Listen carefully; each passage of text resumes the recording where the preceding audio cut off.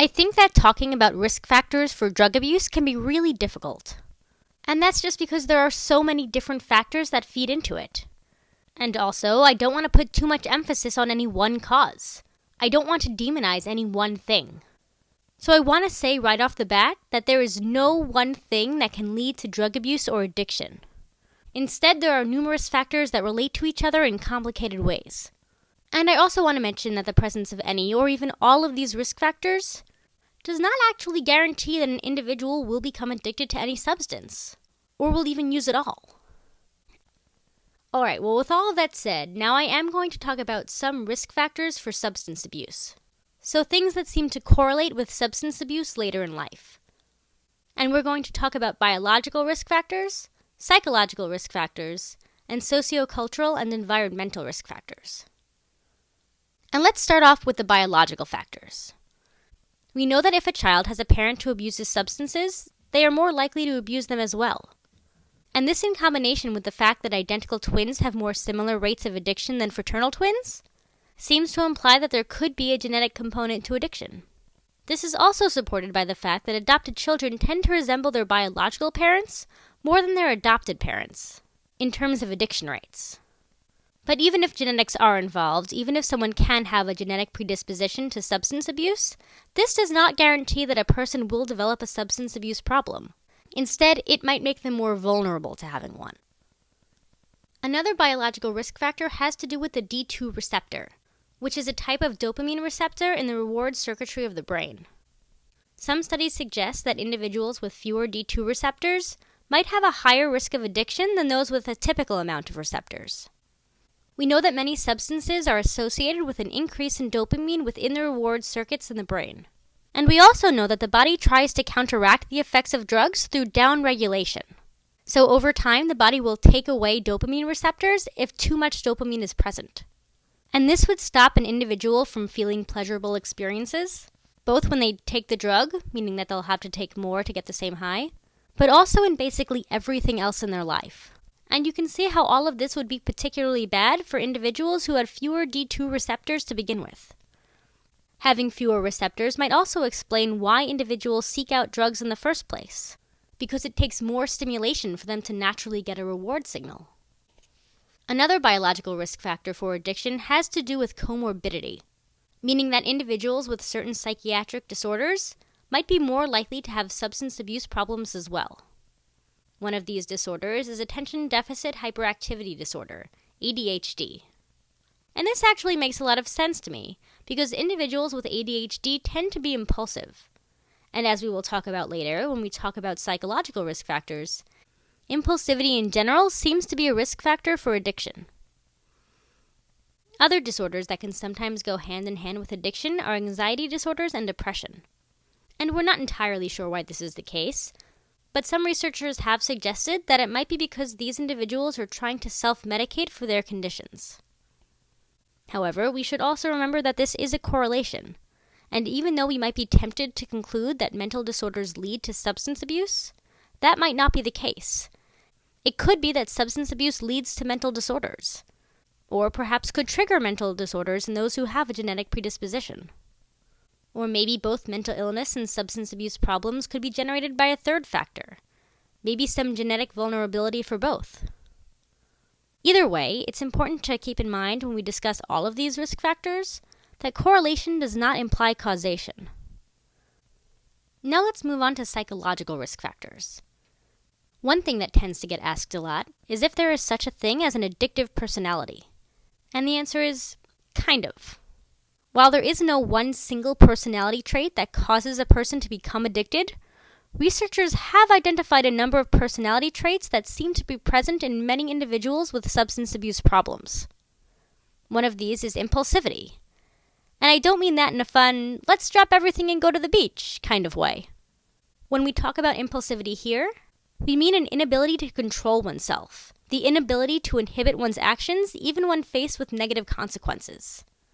This is also sometimes referred to as behavioral disinhibition. Another component is sensation seeking, the need to seek out high levels of external stimulation and new experiences, so a constant need for new, more thrilling things in life, things like skydiving or extreme sports or trying novel foods. Risk sensitivity also plays a role. So individuals who focus solely on the benefits of the experiences without thinking about the risks, or maybe failing to see how the risks might apply to them. The last personality factor that I want to talk about is neuroticism, or being abnormally tense and anxious and sensitive to stress. And these individuals might be at risk because they might attempt to minimize their stress reactions through self-medication. There are other psychological factors that can play a role that aren't personality traits. For example, we also know that individuals who tend to score high on aggression tests, so individuals who have feelings of aggression and aggressive behaviors, who also tend to act out at school or at home, they also seem to be at a higher risk of developing addiction later in life. Age can also play an important role. People who begin using substances as adolescents have a much greater chance of having a substance abuse disorder later in life. Let's move on to environmental risk factors. And here especially, it is important to keep in mind that the presence of any one of these factors does not guarantee that a person is going to use or abuse substances. Instead, we are looking at a pattern of environmental factors that might make an individual more vulnerable to addiction. And one of the most important environmental factors seems to be the presence of stress in an individual's life, both childhood stress as well as current stress. And we know this both from examining the lives of those individuals who have substance abuse problems, as well as from a number of animal studies. Animals who are placed in stressful environments tend to self-administer more substances than animals who are not exposed to stressors. And when we talk about stressors, we mean a lot of different things. Some of them might be family-related. Children in families with marital instability tend to have a higher risk, as are individuals who suffer abuse, whether that be physical or sexual or psychological.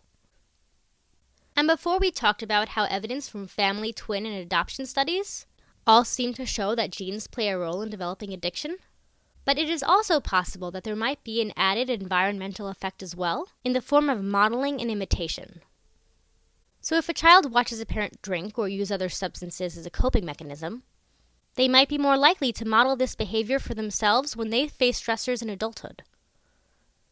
Lack of family involvement and family supervision also seems to increase the risk for substance abuse, as does not having a close family bond between an individual and their parents and their siblings. The friends an individual has can also play a role. If a friend group approves of substances and uses them, an individual is more likely to start. And this might be true for a number of reasons. One is that we make friends with people because of shared interests, and so we might hold things that our friends believe in high esteem. Another reason is social facilitation. Substances are often consumed in a group setting, and so they can serve to enhance social bonds. We have not mentioned it yet, but of course, peer pressure can also play a role. Individuals might be pressured into using substances by their peers, either directly, by them saying that the individual should use those substances, or indirectly, by giving the impression that it is or will be an important part of peer bonding. The community an individual is in can also play a role. There is a higher concentration of substance abuse within low SES communities, and communities that are faced with poverty. Those who lack education and don't really have an employment history seem to be at the greatest risk. But I want to point out something important, which is that while there might be more substance abuse within these low SES communities, there isn't necessarily more substance use. It could be that those in impoverished communities lack the safety net, things like education and strong support networks and financial stability, that keep those in higher SES communities from moving from use to abuse. The availability of substances can also make a big difference. When substances are available, people are more likely to use. And the type of drug can also make a difference. Those with a fast rate of administration, so those that are injected or snorted or smoked, are more likely to be abused than those that are ingested orally because they take effect faster, because they produce a faster high, a faster reward. And this causes the brain to form a stronger association, which might make it more likely that they will crave the drug again in the future. These substances also fade faster, which also makes users more likely to use again to continue the high. And you might think that all of these environmental factors are less important than some of the biological and psychological factors that we talked about before. But I want you to know that this just isn't the case. And so I want to take a minute to talk about a study that highlights how important they are. You might be familiar with studies that show that a rat alone in a cage with access to drugs will basically use continuously, sometimes neglecting food and water. But I want to point out that these rats are left alone in a cage with literally nothing else to do. And so they're in an environment without a lot of other options except for using the substance. And to figure out what effect this might be having on the studies, some researchers built what was called the Rat Park, which was a large cage filled with lots of engaging toys and fun things to play with, things like balls and tunnels. And it also had the best rat food that they could get, and it had lots of rats all living together, all with access to the enriching food and activities. Basically, it was rat paradise.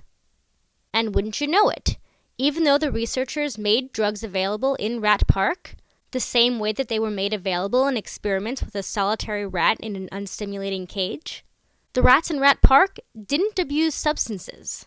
And for those few rats who did use, it was in much smaller amounts. And this is absolutely incredible to me, and I still remember how shocked I was when I first learned it. And even though it's really hard to compare animal models to human models, I think it's important to consider what this might have to say about human substance abuse. So we've talked about biological risk factors, psychological risk factors, and environmental risk factors. But I want to note that even though I've discussed them separately, these three things are actually interconnected. Certain environmental factors might put an individual at a greater risk for drug abuse, but it is only when those things are combined with biological and psychological predispositions that they would start to take effect. Or saying that a different way, individuals with a biological predisposition and certain psychological traits might only be at risk if they're placed within certain environmental situations.